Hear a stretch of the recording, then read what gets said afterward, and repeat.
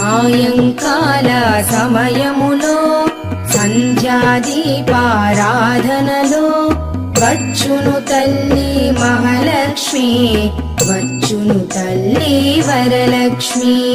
కాళ్లకు గజ్జెలు కట్టింది, మెడలో హారము వేసింది, పిలచిన వెంటనే పలికింది, అడిగినదంతా ఇచ్చింది.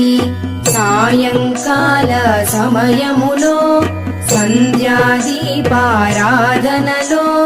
వచ్చును తల్లి మహాలక్ష్మి, వచ్చును తల్లి వరలక్ష్మి.